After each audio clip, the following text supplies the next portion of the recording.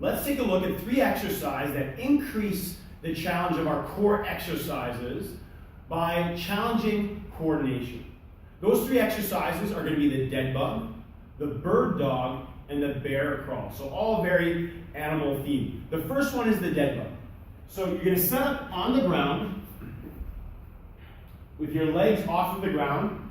Your thighs are going to be vertical, knees are pointed up, legs bent at 90 degrees. You're going to make sure that your low back is glued to the floor. So we're not going to have an arch under. We're going to really tighten up, again, like somebody's about to kind of drop kick you in the gut. Tighten up, pulling those ribs in. From here, we're going to extend our arms overhead or over chest. Now what our goal is to move opposite leg and opposite arm and extend them out. So as I start to do that, what my body is going to want to do is arc to allow that movement to happen and there not have to be much work in the midsection. So it's going to want to go into a place of extension in my low back.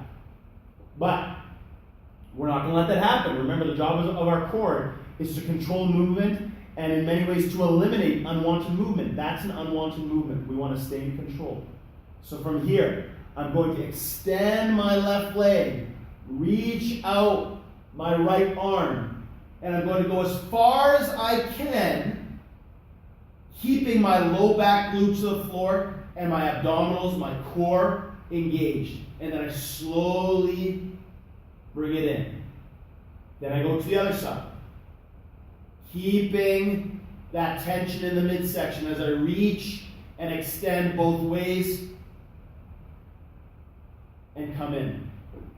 Now the real challenge comes in making sure that goes really, really slowly. Going quickly, I can keep that low back glued no problem because the amount of time that it's going to have to keep that tension is very short. Now, if that's a bit too tough for you to slowly extend both, what you can start with is even just extending one. So I'm going to start maybe with my arms. Okay? I work on doing both sides, then I'm going to work on doing just my legs. One side, then the other side. And then I start combining arms and legs. And the whole time as I'm doing that exercise, now I couldn't do it right there because I was speaking to you, but I'm making sure to keep those short, sharp breaths to keep that tension in my midsection as I exhale through my belly. All right, now that's the dead bug. I kind of look like a dead bug lying on my back there. Now we're going to go to the bird dog, which is the flipped over version of that exercise. Why it's called a bird dog, I'm not exactly sure. If you find out, you can let me know. But we're going to set up in this crawling position with our hands under our shoulders and our knees under our hips. From here, to start off, what I like to do is do a little cat-cow with my back to go through the extremes of both positions that I don't want to be in to find my neutral spine. Okay? So I'm going to go into that cat, cow, and then find my in-between spot. From here, I'm going to extend, just like I did with the dead bug, my opposite arm and leg. Out, slowly, in. And the other side. Out, kicking straight back, not bring that leg all the way up, but just straight back, and in.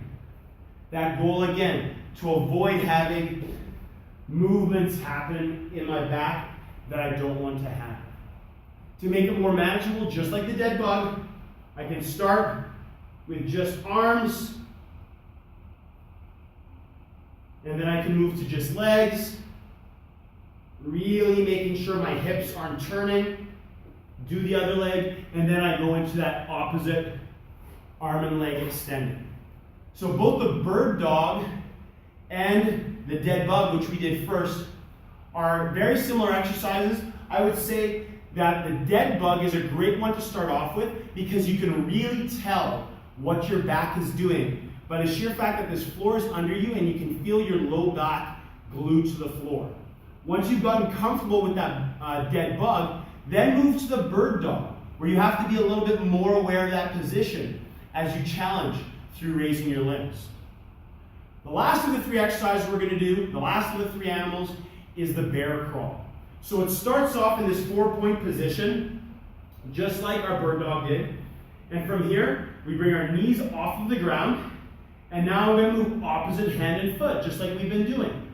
So my left leg is going to move forward, my right hand. I bring my knee to my elbow or just below into my forearm, and my hand forward. Then I switch. Here, here. Then I can go backward. Here, here, here. Now, if you're getting a bit confused with the start, and sometimes we struggle with the coordination, even if we practiced our dead bug and our bird dog, what you can do is start with your knee to your hand on one side, so these are close together, and your leg and your arm apart on the other side, and then you just switch it.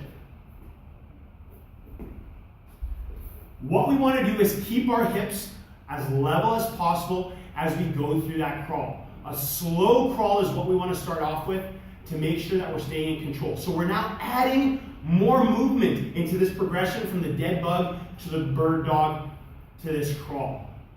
Now, if you're having trouble with keeping your knees off the ground, what you can do is even do it as a 6-point crawl to start. 6 points being that my feet are down, my hands are down, and my knees. And then I do that crawl.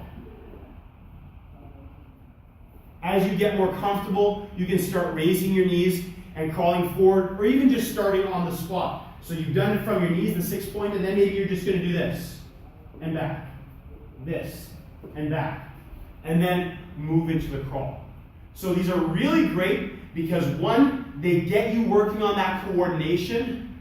2, we're getting that core really engaged. Again, getting your core engaged is a choice that you make. The exercise itself doesn't force you to engage your core. You need to do that by deciding that you're going to keep that solid neutral spine position.